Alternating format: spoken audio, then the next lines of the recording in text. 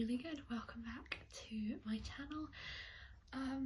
As you will see, there is a huge change of scenery here. I have moved down south, down to Glasgow for university. So here we are in my new uni room.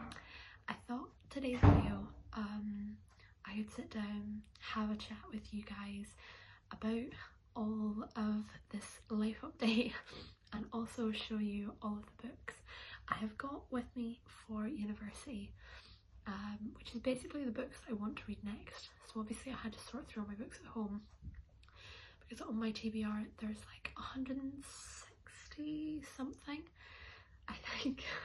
So I had to take a much smaller number of that away. I actually do have space because I've got all of this as a bookcase up behind me. I did have these bits down the sides as a bookcase, but I needed mug storage. So I did have all that. I do have another bookcase because I knew that I was going to have a lot of books, but it currently only has 4 books on it. So I have a lot more space to buy more books, which I shouldn't be doing now that I am a student, but I've got some book vouchers as well, so there will be book hauls coming soon. Yeah, it's exciting stuff. Let me show you the books I want to get to next. Okay, so this is my desk here. In here we have got all of my stuff for writing my novel, and here is the book I'm currently reading. It's The Midnight Feast by Lucy Foley. I'm about 3/4 of the way through it. I'm going to sit down and read some more of that once I'm finished filming this video. It's really, really good. I forgot how good her plot twists are. I've got my mugs here. If you've watched Friday Night Dinner, you will understand that cute little mug there. So then we come up to this rainbow shelf with the cutest little jelly cat bookworm on top. So I've got The Witch's Kiss by Catherine and Elizabeth Corr. I read a book by them ages and ages ago, but coincidentally my mum bought me that one, I think, and I realised that I actually loved those authors, so I'm excited to get to that one. There's A Slow Fire Burning by Paula Hawkins, which is the author of The Girl on the Train, which I really enjoyed. The Undiscoverable Deaths of Grace McGill by Casey Robertson. I've never seen that anywhere. I think that was just I saw it and I thought it sounded really, really good. With Intimacy Experiment by Rosie Danan. I think I got that in a blind of the book actually, but it looks really good. I have got After I Do by Taylor Jenkins Reid.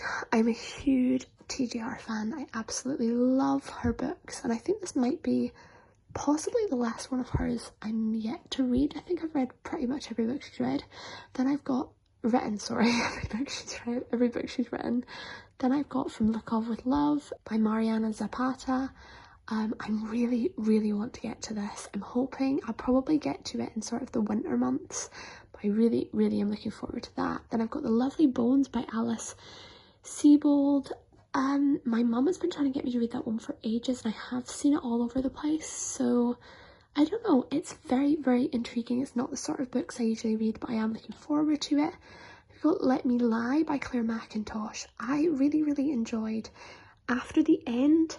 I think it was her that wrote that one, and it was really, really good. It was like a literary fiction, but she's known for writing her thrillers, but I've never read a Claire McIntosh thriller, so I'm excited to see what her thrillers are like. We've got Loveless by Alice Oseman. I really enjoyed Solitaire, and that's just there as sort of a little like YA to sort of mix it all up. Sorry, can we just take a moment for these nails? My nails hectored them for me before I went off, and I'm absolutely obsessed with them. I think they're my favourite nails I've ever had. So, sorry. Then I've got Crazy Rich Asians by Kevin Kwan. Again, I've seen that everywhere and it looks really, really good. Love Story by Lindsay Kelk. I came across that in a bookstore actually. I think it was when I was away last, and I found it in a Waterstones, and it just sounded amazing, and it helps. It's got a Taylor Swift title. Then we've got Love on the Brain by Ali Hazelwood. I absolutely love Ali Hazelwood so much. I really, really like her books, and I think this might be the only one of hers I've not read. We've got Girl in Pieces by Kathleen Glasgow. This has been on my TBR for so long, I can't even explain it to you. It's been there for ages. It's a very, very popular book, but I don't know what it is about it. I think I'm just a bit scared of going into it. I'll probably do a reading vlog or something, because apparently it's supposed to be really, really emotional, so we'll wait and see. I mean, I cry at every book I read, so it's likely. This is my star jar. I don't know if I've showed it to you on my booktube. I've definitely showed it on my bookstagram. So every single book I read this year, once I've finished it, I add in a bead depending on how many stars I've given it. So the purple is 5 stars, the white is 4, the blue is 3, and the pink is 2. And I don't think I've got any 1 stars in there.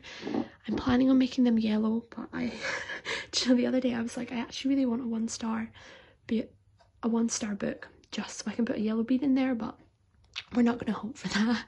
Then I've got The Good News Gazette by Jessie Wells. Again, I think that was one that I just came across and really liked the sound of, so I think it would be a good palette cleanser after some really dark books.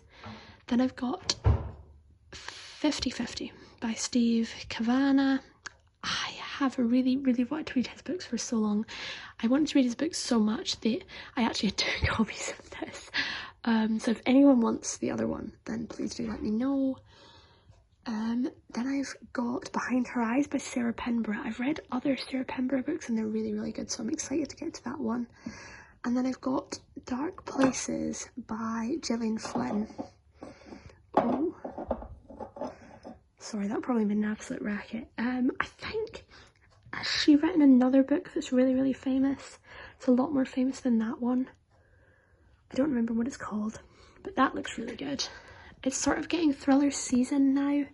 I quite like to read a lot of romance in summer, and then by thriller season time, then by like the autumn and winter months, I go back to the thriller season. Well, no, for winter I go back to my Christmas rom-coms, but you know, I don't have any of them here at the minute. So then I've got The Lie by C.L. Taylor. I really like C.L. Taylor's stuff. It's so exciting, really dark, but really good. Then I've got Looking for Alaska by John Green. I really like John Green's writing, and it's just a really short one if I wanted to try and read some more books in the month, or you know, was in a reading slump or whatever. Again, that's another Claire Mackintosh thriller that I really want to get to. That one's called The Last Party. One Day by David Nichols. I really want to get to it. Everyone keeps telling me about how amazing the show is and how much I would love the show. I need to read the book first. So I've actually had that for ages on my TBR before the series became popular, but I am determined to read it soon so that I can watch the TV series. Then I've got Half a World Away by Mike Gale. I think someone bought this for me off of my Amazon wishlist a couple of years back. It sounds really good. I've been told it's going to make me cry, but I think it's a literary fiction. I don't actually remember very much about it. This is One of Us Is Back by Carna McManus. I love Carna McManus so much. Again, I think this is the only book of hers that I have not yet read. She writes the most amazing YA thrillers, so I'm excited to get to that. Here, I've actually got the whole set here. I've got, oh, that might look nicer saying like that, actually. Oh, I like that. I've got Ironside, Valent, and Tithe. I don't think that's the order. I don't remember what order they go in, but it's certainly not that. But they're all by Holly Black. I'm so excited to read that series. I love Holly Black's writing, and I love all of her fantasy world. So yeah, then we've got The Rejected King by Courtney Kiesel. I have read a Courtney Kiesel book before, and it was so good. And I am always on the lookout for really good fantasies. I'm trying to get back into my fantasy. I have been getting back into it this year, so this is one that I really want to read soon. Then I have got Women Who Murder by Mitzi Serno. I'm not sure how you pronounce her name. I'm really sorry about that. I actually met this author. She was really lovely. I don't read non-fiction, but this sounds amazing. It's like a collection of true stories about female serial killers. Sounds dark. Yes, it probably will be, but it just sounded really interesting, and every now and then I will get the motivation to read a non-fiction book, so that's why it's there. Then we've got They'll Never Catch Us by Jessica Goodman. I really like Jessica Goodman's writing. I don't remember what the other book was that I read of hers. They Wish They Were Us. I think I enjoyed it, but I found it a little bit predictable. But I've not seen that one as much, but I am excited to get to it because I know that I really like her writing. So up here, we've still got a little bit of my Harry Potter shrine, but I didn't take my Ravenclaw special edition down with me. I didn't think it was the best idea, so I didn't. And then I've got Iron Flame by Rebecca Yarros. I can't believe I've still not got to this book. I loved Fourth Wing. It was my whole personality for months, and I'm too scared to read Iron Flame. I will definitely get round to it, but I literally waited by the day for it to come out, and I still haven't read it. I've got The Paris Apartment by Lucy Foley. As you would tell from my current read, really like Lucy Foley's writing. She writes incredible thrillers. I've got Pride and Prejudice by Jane Austen, this beautiful, beautiful copy of it that I'm ashamed to say I've still not read. Don't ask me why not. I've got Split Second by Sophie Mackenzie. Really, really like Sophie Mackenzie. I read a lot of her YA stuff when I was younger, and I really, really liked it. I think that's more of a thriller. She wrote a lot of like kind of dystopia type stuff. I think that's more of a thriller. I'm kind of hoping it's dystopia because that's my favourite, but I have no dystopia books on here. So please give me some dystopia recs because I'm desperate. I'm desperate to read some more. I read some the other month called The Butterfly Assassin, and it was incredible.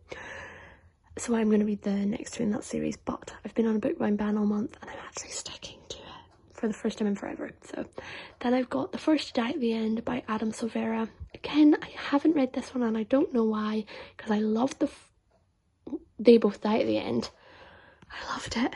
I mean, it broke my heart, but I loved it. But I will get to that soon. I need a good cry. So then here we've just got some more of my mugs and just some stationery stuff down here. And then we have got this bookcase here. I have the whole thing to fill pretty much. My plan is once I've read a couple more books, this will be my books that I've read shelf, I think is the plan. But I mean, I've not even finished one book since I've been here yet, so at the minute these are just here because there's not space on my other shelf, so we'll see if that works or not. So down the bottom there I've got Cinderella is Dead by Kaylin Bayron. That's really difficult to read upside down actually. I bought this ages ago when the hype was really, really high for it. Sorry, I'm gonna have to go down. I was just sort of like perching and it was really, really hurting my knees, so I'm gonna sit on the floor now. So yeah, I bought this when it was really, really popular and it sat at the back of my TBR and I didn't remember I had it until I sorted my TBR out before I came here. Then I've got King of Scars and The Rule of Wolves by Leigh Bardugo. I love Leigh Bardugo so much, and Six of Crows and Crooked Kingdom is like my favourite duology of all time. And I'm just yet to get to that one, I think because I'm scared and also because I still want to have books of hers to read. I've heard mixed reviews about it. I think it takes a bit to get into and it's certainly not as famous as her other series, so we'll have to wait and see. And then I have got this, possibly my most recent addition to my TBR. It is Done and Dusted by Lila Sage. That is an incredibly influenced by the rest of Bookstagram and the book community to buy. I'll get round to it because I'm very, very excited to read it and see what the hype's about. So this is all that's on this book shelf at the minute, so it doesn't look the nicest, but it will do once I get all more books on there. Yeah, apart from that, I've just got my bed, some cute little plants there, and then just all my books over here. So yeah, it is a bit weird because it's like I have books on my TBR at home that I would maybe get the inkling to want to read, but obviously I can't read it because I don't have it here. But I think it might help me get through my TBR because it's more manageable like this. I can see all of the books rather than some of them hiding at the back of this huge pile of a TBR. So I'm hoping I'm going to be able to get through them, and I'm really, really, really trying to stick to book buying bans. So I'm hoping to try and make a proper dent in my TBR while I'm away at university. We will see how much I can actually stick to that statement or not, but I'm hoping to. So talking about that, I'm just going to sit down, read some more of my current read just now, and yeah, we'll see what I think of that. So yeah, I hope you're all really, really good. You'll be seeing a lot more of this backdrop from now on. But yeah, that brings me to the end of this video. Thank you very much for watching, and I will see you all soon for another video.